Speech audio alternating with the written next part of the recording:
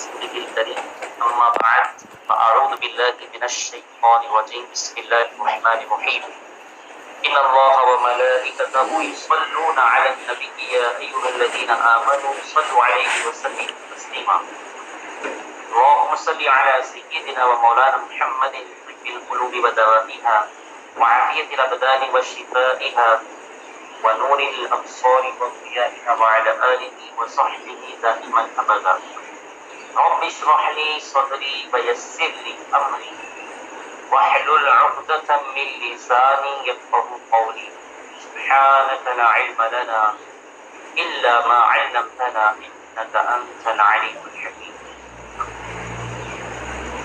مائع مستعمل کے حوالے سے میں نے بتایا تھا آپ کو کہ 3 بحثیں ہیں. 3 میں سے 2 بحثیں تو تقریباً ہم پڑھ چکے ہیں بلکہ مکمل ہو چکی ہے. تیسری بحث بھی ہم نے شروعات کی تھی, تھوڑی سی بات باقی ہے. تیسری بحث کیا ہے کہ آب مستعمل کا وقت کیا ہے, کہ پانی مستعمل کب ہوتا ہے. اس کا اصل یہ ہے کہ علماء احناف کا سب جتنے بھی ہیں ان کا اس بات پر اتفاق ہے کہ پانی جب تک عضو پر ہے تو استعمال کا حکم نہیں دیا جائے, یعنی اسے مستعمل نہیں کہیں گے جب تک وہ عضو پر ہے. لیکن جب عضو سے جدا ہو گیا لیکن کسی جگہ یا کسی برتن میں نہیں ٹھہرا جی, تو اس کے مستعمل ہونے میں اختلاف ہے. عضو سے جدا ہو گیا لیکن کسی مکان یا کسی برتن وغیرہ میں نہیں ٹھہرا تو اس کے مستعمل ہونے میں اختلاف ہے. چنانچہ میں نے بتایا تھا کہ حضرت سفیان ثوری ہیں, حضرت ابراہیم نخعی ہیں اور دیگر جو ہیں مشائخ ہیں بعض, انہوں نے کہا کہ مستعمل نہیں ہوگا جب تک کہ بدن سے جدا ہو کر کسی جگہ ٹھہر نہ جائے. ٹھیک ہے, اور اسی قول کو امام طحاوی رحمہ اللہ نے بھی اختیار کیا ہے, چنا ہے, یہ ان کے نزدیک پسندیدہ ہے. جی, کون سا قول؟ کہ عضو سے جدا ہو اور جدا ہونے کے بعد کسی مکان یا کسی برتن میں جا کر کے ٹھہر جائے, تب جو ہے اس پر استعمال کا حکم لگے گا, تب کہا جائے گا کہ وہ پانی مستعمل ہے. سمجھیں آپ, جب تک وہ کسی مکان یا کسی برتن میں نہیں ٹھہرتا تب تک جو ہے اس پر استعمال کا حکم نہیں لگایا جائے گا. یہ جو ہے اس کا قول ہے حضرت سفیان ثوری, حضرت ابراہیم نخعی اور بعض مشائخ بلخ جی, اور یہی جو ہے امام طحاوی کا بھی قول ہے. لیکن جو قول معتمد ہے احناف کا, قول معتمد اور مستند, وہ کیا ہے؟ وہ یہ ہے کہ پانی جیسے ہی بدن سے جدا ہو تو مستعمل ہو جائے گا. اس کا کسی جگہ جا کر ٹھہر جانا, کسی برتن میں جا کے رک جانا, یہ مستعمل ہونے کے لیے شرط نہیں ہے. جی, بات سمجھ میں آ رہی ہے؟ دلیل کیا ہے اس کی؟ دلیل اس کی یہ ہے کہ بدن سے جدا ہونے سے پہلے پانی کو استعمال کا حکم ضرورت کی وجہ سے نہیں دیا گیا تھا, لیکن جدا ہونے کے بعد اب کوئی ضرورت باقی نہیں رہی, اس لیے بدن سے جدا ہوتے ہی استعمال کا حکم دیا جائے گا. یہ دلیل ہے کس کی؟ قول معتمد اور مستند, جو فقہائے احناف کا قول مستند ہے, معتمد ہے, اس کی یہ دلیل. ٹھیک ہے, دلیل سمجھ میں آئی کہ بدن سے جدا ہونے سے پہلے پانی پر استعمال کا حکم نہیں دیا گیا تھا, کیوں؟ ضرورت کی وجہ سے. لیکن جب عضو سے جدا ہو گیا تو جدا ہونے کے بعد اب کوئی ضرورت نہیں ہے, اس لیے جو ہے بدن سے جدا ہوتے ہی اس پر کون سا حکم لگے گا؟ استعمال کا حکم لگ جائے گا. ٹھیک ہے جی, یہ دلیل ہے قول معتمد اور قول مستند. اس کا مطلب کیا ہوا؟ دیکھیے میں آپ کو بتاتا ہوں، جب ہم وضو کرتے ہیں یا کوئی بھی انسان وضو کرتا ہے تو جیسے ہی پانی عضو پر لگتا ہے، بدن کے کسی حصے پر لگتا ہے جی، اور لگنے کے بعد اتنا حصہ وہ اس پانی سے آپ نے دھو لیا، دھونے کے بعد وہ پانی کیا ہو گیا؟ مستعمل ہو گیا۔ کیا ہو گیا جی؟ مستعمل ہو گیا۔ لیکن عضو سے جدا ہونے کے پہلے اس وجہ سے اسے مستعمل نہیں کہا جاتا کہ وضو کرنا ایک کیا ضرورت ہے جی، اور دوران وضو پانی کا عضو پر لگنا بھی ضروری ہے، تو اسی ضرورت کی بنیاد پر جدا ہونے سے پہلے اس پانی کو مستعمل نہیں کہا جائے گا۔ بات سمجھیں آپ؟ دیکھو جیسے میں مثال بتا رہا ہوں کہ جیسے ہم وضو میں ہاتھ دھوتے ہیں، تو ہاتھ جب دھوتے ہیں تو مان لو ہم نے پانی ڈالا کہاں پر؟ انگلیوں کے پاس۔ کہاں ڈالا جی؟ انگلیوں کے پاس۔ تو جیسے ہی مان لیجیے کہ اوپر جو انگلی کا سرا ہے وہاں پر پانی لگا، اتنا حصہ دھل گیا، وہ پانی مستعمل ہو گیا۔ اب وہ بہہ کر نیچے آئے گا نا تو پورا ہاتھ جو ہے آپ کا ناپاک ہو جائے گا، کیا ہوگا؟ ناپاک ہوگا، ہے نا۔ اگر یہ مانا جائے کہ ضرورت کا لحاظ نہ رکھا جائے تو جیسے ہی کیا ہو جی، جیسے ہی آپ نے اپنے عضو کا کوئی حصہ دھو لیا اس پانی سے تو وہ پانی کیا ہو گیا؟ مستعمل ہو گیا جی۔ تو مستعمل ہونے کے بعد اگر وہ بہہ کر نیچے آ جاتا ہے مثلا دوسرے حصے پر ہاتھ کے، تو پورا ہاتھ کس سے کیا ہو جائے گا؟ ناپاک ہوگا۔ تو یہاں پر ضرورت ہے جی، یہاں پر کیا ہے؟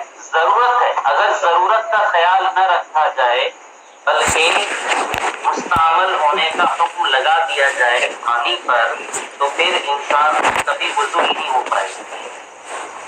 بات سمجھیں آپ؟ کیوں؟ کیونکہ جیسے ہی بدن کا کوئی حصہ آپ نے دھو لیا، کوئی عضو جو ہے اس کا حصہ دھو لیا تو وہ پانی کیا ہو جاتا ہے؟ ظاہراً مستعمل ہو جاتا ہے، ٹھیک ہے جی۔ لیکن عضو سے جدا ہونے کے پہلے اسے مستعمل نہیں کہا جاتا ہے۔ کیوں؟ کیونکہ بھائی وضو کرنا ایک کیا ہے؟ ضرورت ہے، اور دوران وضو اگر ہم اس پر مستعمل ہونے کا حکم لگائیں گے تو وضو کبھی پورا نہیں ہو پائے گا۔ تو اسی ضرورت کی بنیاد پر جدا ہونے سے پہلے اس پانی کو مستعمل نہیں کہیں گے، ہے نا۔ لیکن جب وہ عضو سے جدا ہو گیا، مان لیجیے عضو سے وہ بالکل جدا ہو گیا، اب جدا ہونے کے بعد تو کوئی ضرورت باقی نہیں رہتی ہے نا، کوئی ضرورت باقی نہیں رہتی ہے، اس لیے اس پر مستعمل ہونے کا حکم لگا دیا جائے گا، کیونکہ جدا ہونے کے بعد تو کوئی ضرورت باقی نہیں رہتی ہے۔ آپ سمجھ گئیں؟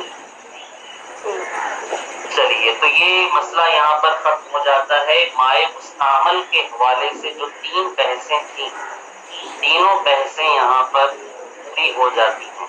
3 بحثیں کون کون سی تھیں؟ یاد ہے؟ مستعمل کا حکم، اور دوسرا کیا ہے؟ اس کا سبب، مستعمل ہوتا کیوں ہے، اور آب مستعمل کا وقت، یعنی پانی کے مستعمل ہونے کا وقت کیا ہے۔ چلیے، تو یہ تینوں بحثیں پوری یہاں پر ہو جاتی ہیں۔ اب اس کے بعد اسی سے متعلق جو ہے ایک مسئلہ ہے، وہ مسئلہ کیا ہے جان لیجیے۔ ہاں دیکھیں، فرماتے ہیں والجنوب اذا انغمس فی الفکر اطلب الذکر،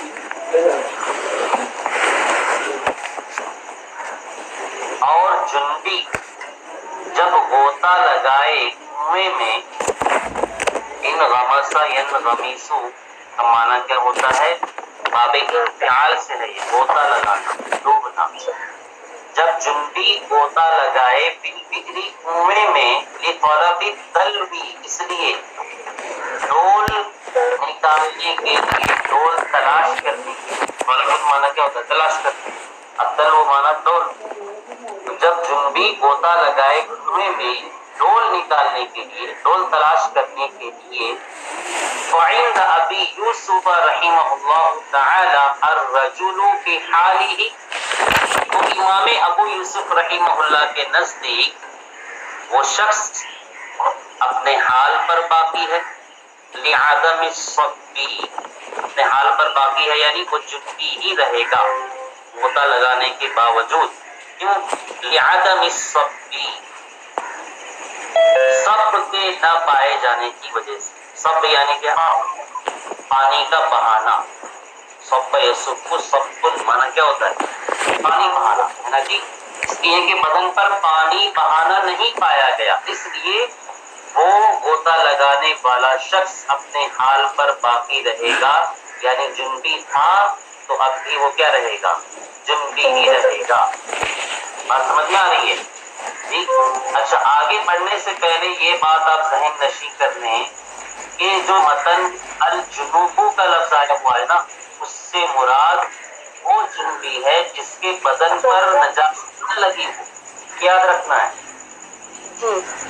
متن میں جو الجنوب کا لفظ آیا ہے نا، اس سے مراد کون سا جنبی ہے؟ وہ جنبی ہے جس کے بدن پر نجاست نہ لگی، اس لیے کہ اگر غوطہ لگانے والے کے بدن پر نجاست لگی ہوگی تو بالاتفاق سب کے نزدیک وہ پانی کیا ہو جائے گا؟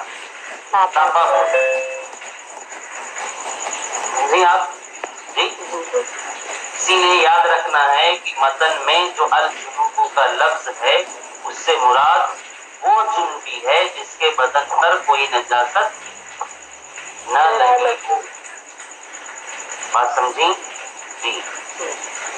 اور کنویں سے مراد کون سا کنواں ہے یہ بھی یاد رکھنا ہے کہ متن میں جو البکر کا لفظ آیا ہوا ہے اس سے مراد کنواں ہے، لیکن کون سا کنواں؟ جو دہدردہ سے کم ہو، تو دہدردہ سے کم ہو۔ بات سمجھ نہیں آپ جی؟ اب آئیے اصل مسئلے کی طرف۔ تو اصل مسئلہ کیا ہے؟ اچھا، ایک اور بات ہے یہاں پر ہے ڈول تلاش کرنے کے لیے، ڈول نکالنے کے لیے، ہے نا؟ تو یہ جو قید ہے لطلب الدلو کی، یہ قید احترازی ہے، قید اتفاقی نہیں ہے، قید احترازی ہی ہے۔ سمجھی آپ؟ سمجھی؟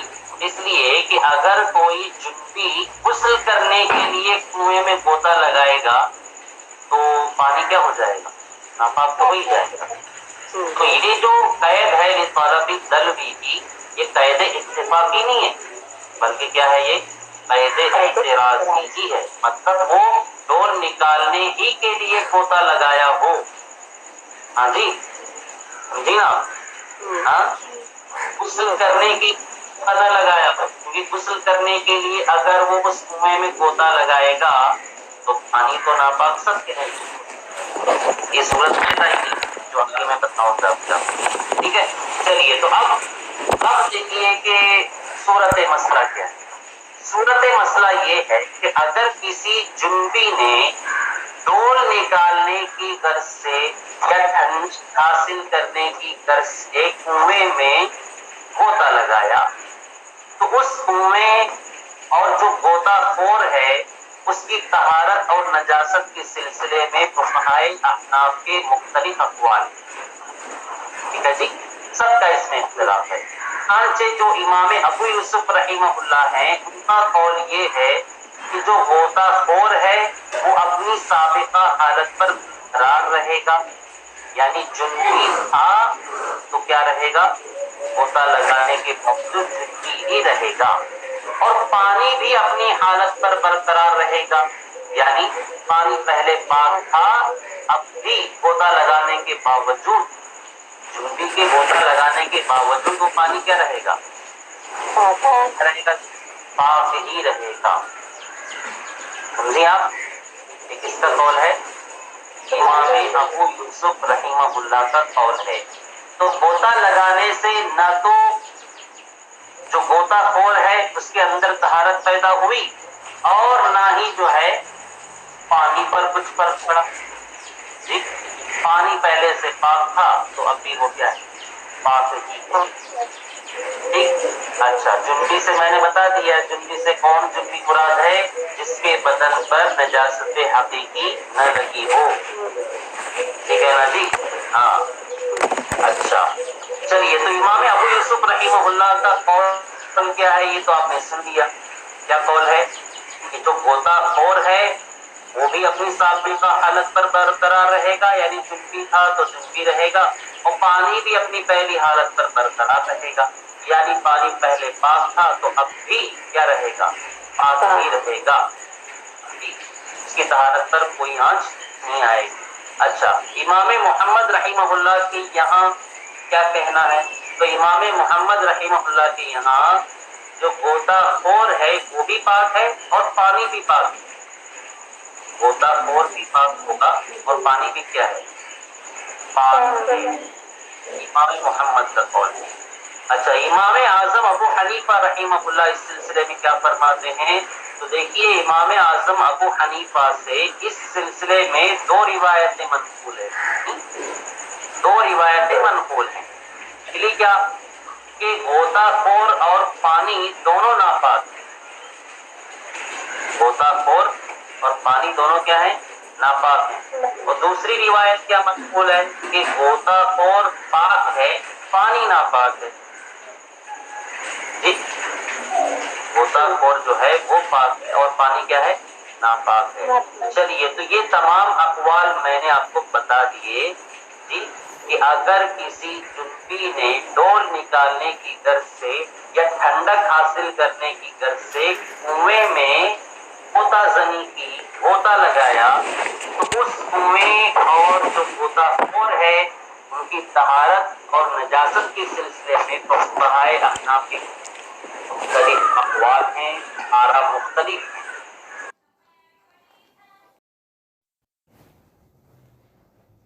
امام ابو یوسف کا الگ قول ہے، امام محمد رحمہ اللہ کا الگ قول ہے، اور امام صاحب کا قول الگ ہے. امام ابو حنیفہ سے اس سلسلے میں کتنی روایتیں منقول ہیں؟ وہ پہلی روایت کیا ہے؟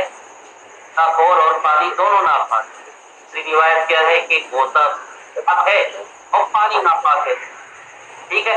اب آئیے ہر ایک کی دلیل سنتے ہیں. تو سب سے پہلے امام ابو یوسف رحمہ اللہ کی دلیل سنتے ہیں.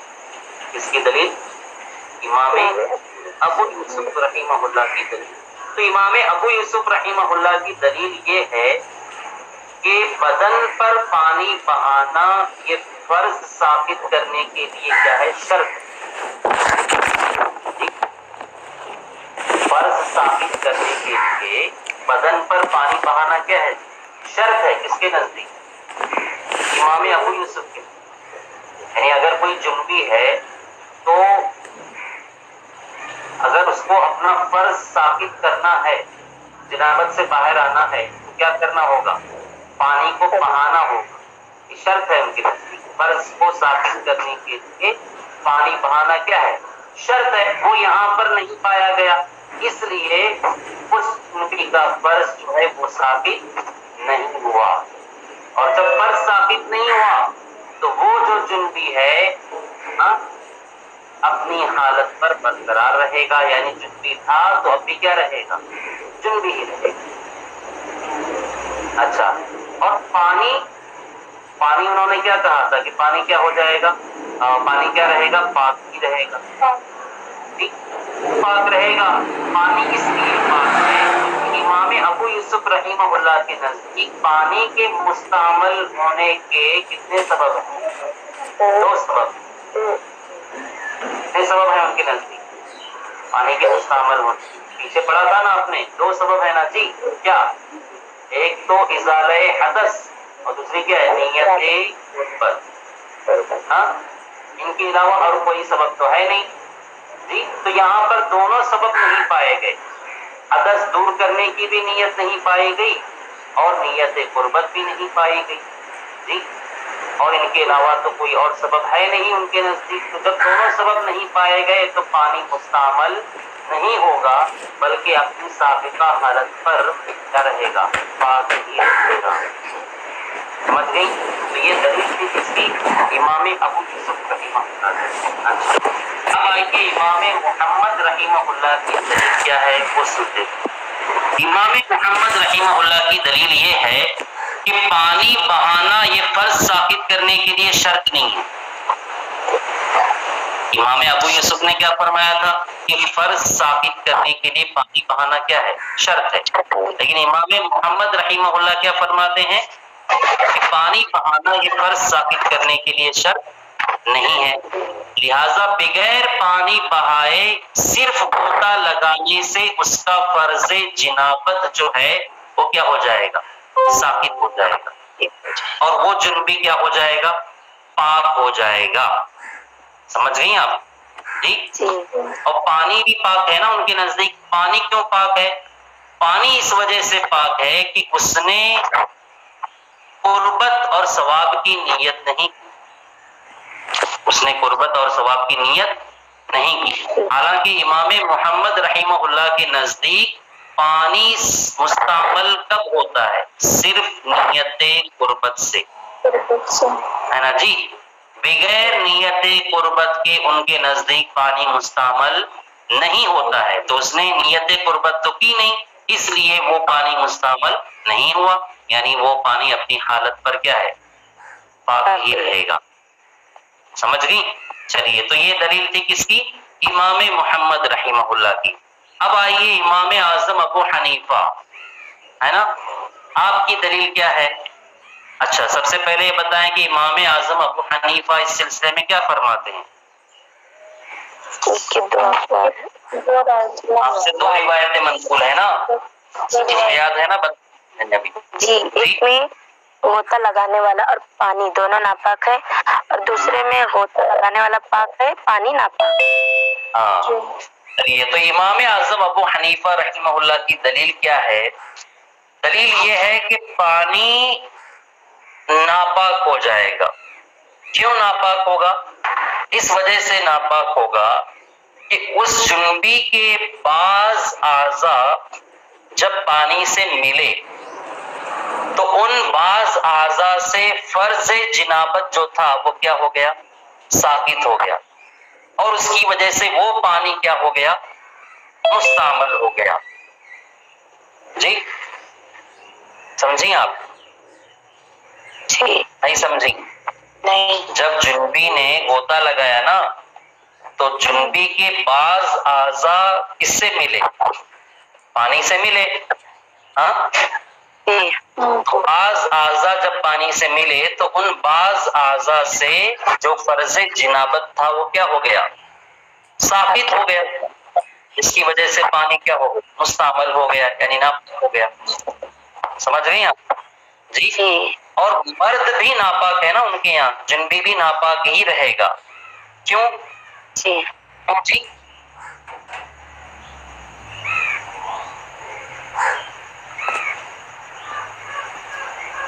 حدث باقی ہے. جی بعض آدمی میں اب بھی کیا باقی ہے؟ جی حدث باقی ہے نا. جی ہاں کیونکہ بعض اعضاء پانی سے ملے تو پورا پانی کیا ہو گیا؟ مستعمل ہو گیا. اب باقی جو اعضاء ہیں وہ ناپاک پانی سے باقی جو اعضاء ہیں وہ ناپاک پانی سے پاک نہیں ہوئے نا. اس لیے جو جنبی ہے وہ اپنے حال پر باقی رہے گا. یعنی پہلے ناپاک تھا تو اب بھی کیا رہے گا؟ ناپاک رہے گا. سمجھ گئی آپ؟ جی. اور یہ بھی کہا گیا ہے کہ جنبی جو ہے اس لیے ناپاک ہے کہ امام اعظم ابو حنیفہ کے نزدیک فرض ثابت ہونے کے لیے نیت شرط نہیں ہے. جی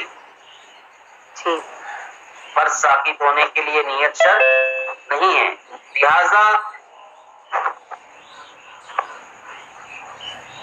جو فرض غسل ہے وہ تو بغیر نیت کے ثابت ہو گیا، لیکن آب مستعمل کی وجہ سے اس کا بدن کیا ہو گیا؟ ناپاک ہو گیا.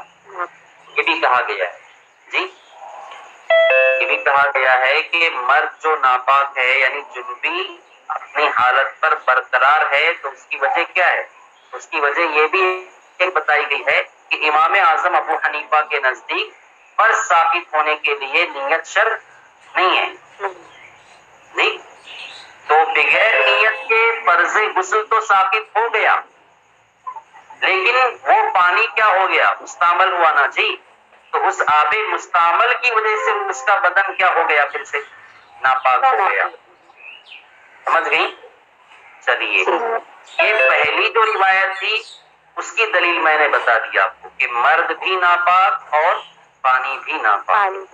لیکن امام صاحب سے ایک دوسری روایت بھی ہے نا کہ مرد پاک ہو جائے گا. ہاں، تو اس دوسری روایت کی دلیل کیا ہے؟ دوسری روایت کی دلیل یہ ہے کہ پانی کو بدن سے جدا ہونے سے پہلے مستعمل ہونے کا حکم نہیں دیا جاتا. یہ ابھی ہم نے جانا نا اوپر جی کہ بدن سے جدا ہونے سے پہلے پانی کو مستعمل ہونے کا حکم نہیں دیا جاتا ہے. تو جب وہ شخص پانی سے جدا ہوا تب وہ پانی کیا ہوا؟ مستعمل ہوا نا. اس سے پہلے تو مستعمل نہیں قرار دیا جائے گا اس کو جی. تو جب وہ شخص پانی سے جدا ہوا تب وہ پانی مستعمل قرار پایا جی. اور اس کے بعد وہ پانی میں نہیں گھسا، اندر نہیں گیا، تو یہ مرد بھی کیا ہوا؟ پاک ہوا نا جی. نہیں سمجھی؟ اس نے غوطہ لگایا، جب تک وہ پانی میں ہے تب تک اس پانی پر مستعمل ہونے کا حکم نہیں لگائیں گے، کیونکہ آپ نے پڑھا نا بدن سے جدا ہونے سے پہلے پانی کو مستعمل ہونے کا حکم نہیں دیں گے.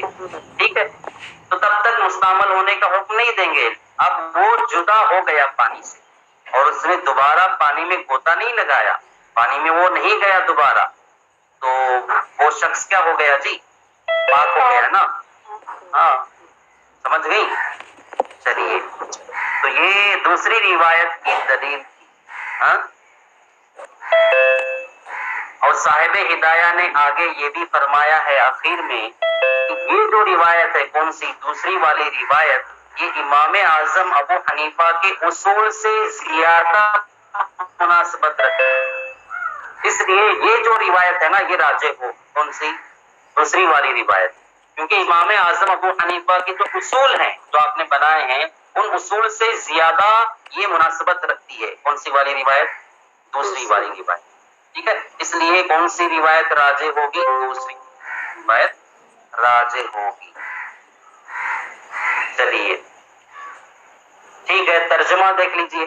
ہاں، پورا ما حصل تو میں نے بتا دیا، آپ ترجمہ دیکھ لیجئے. اور جنبی جب کنویں میں ڈول نکالنے کے لیے غوطہ لگائے تو امام ابو یوسف رحمہ اللہ کے نزدیک مرد یعنی وہ شخص بحال ہی اپنے حال پر باقی ہے، مطلب جنبی ہے. سب بھی کیوں؟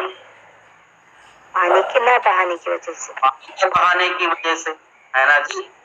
وَهُوَ شرط عندہ، جبکہ وہ شرط ہے کس کے نزدیک؟ حالانکہ وہ شرط ہے کس کے نزدیک؟ امام ابو یوسف کے نزدیک. لِإِسْقَاطِ الْفَرْضِ، فرض کو ساقط کرنے کے لیے ہے نا. وَالْمَاءُ بِحَالِهِ، اور پانی بھی اپنی حالت پر ہے. یعنی پہلے پانی کیا تھا؟ پاک تھا، تو اب بھی کیا ہے؟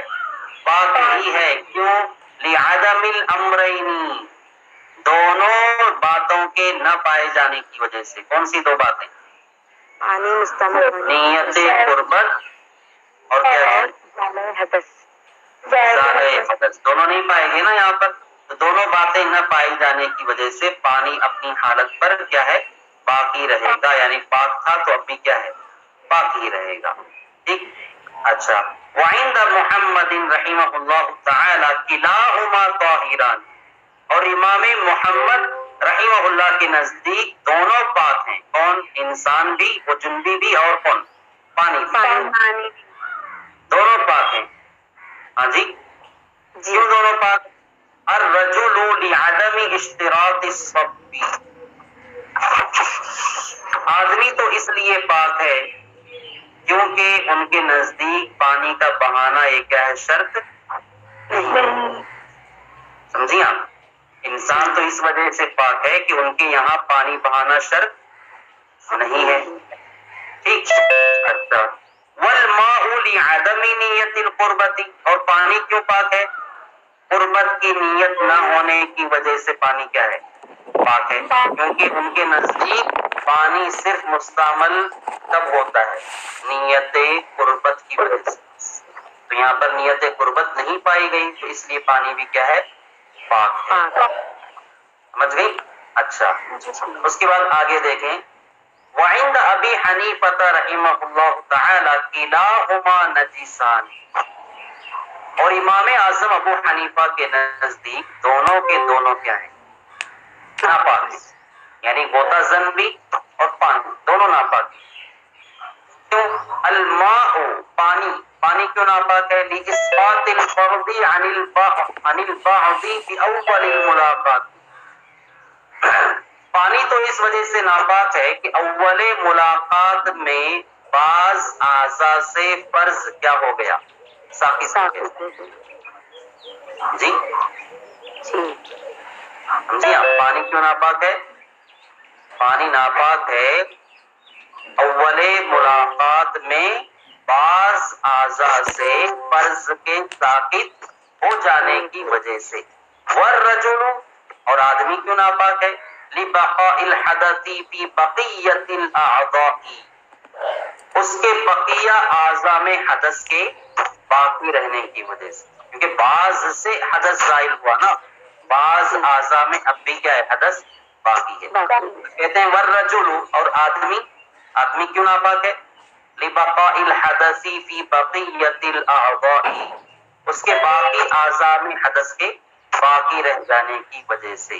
وقیل، اور کہا گیا ہے، عندہ نجاست الرجل بنجاست الماء المستعمل، کہا گیا ہے مطلب ایک قول یہ بھی ہے کہ امام اعظم کے یہاں جو آدمی کی نجاست ہے وہ مائع مستعمل کے نجس ہونے کی وجہ سے۔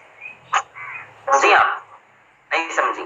یعنی آدمی کیوں ناپاک رہے گا تو اس کی دو وجہیں بتائی گئی جی امام اعظم ابو حنیفہ کی طرف سے۔ پہلی وجہ کیا بتائی گئی؟ کیونکہ اس کے بقیہ اعضاء میں اب بھی کیا ہے؟ حدث باقی ہے، یہ وجہ بتائی گئی نا، اس لیے وہ ناپاک ہے۔ دوسری وجہ کیا بتائی گئی ہے؟ ایک قول یہ بھی ہے کہ آدمی جو ناپاک ہے وہ کیوں ناپاک ہے؟ مائع مستعمل کے ناپاک ہونے کی وجہ سے، ہے نا جی، کیونکہ وہ آدمی کہاں پر ہے؟ پانی میں ہے نا، اور وہ پانی اول ملاقات میں کیا ہو چکا ہے؟ مستعمل ہو چکا ہے، تو اس وجہ سے وہ آدمی بھی کیا ہے؟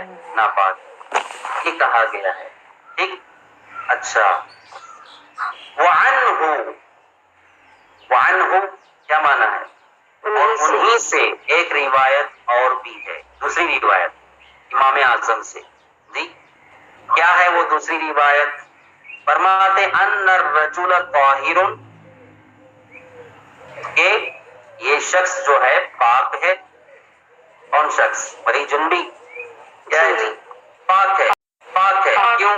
لأن الماء لا يعطى له حكم الاستعمال قبل الانفصال، کیونکہ جدا ہونے سے پہلے اس کو استعمال کا حکم نہیں دیا جائے گا۔ کس کو؟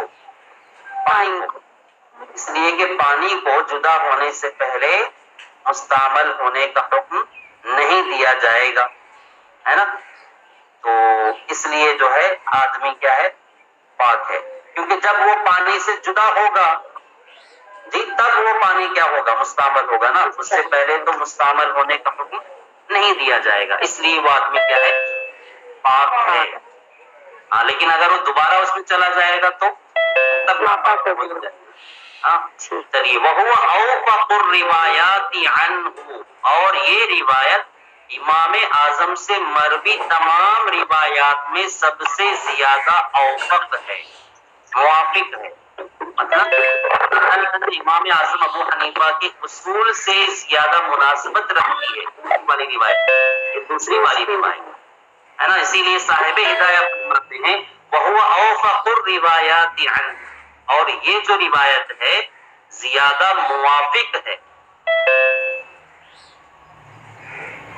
اور یہ جو روایت ہے وہ زیادہ کیا ہے؟ موافق ہے ان سے مروی تمام روایات کی بنسبت. ٹھیک، چلیے یہاں تک یہ بات ختم ہو جاتی ہے. یہ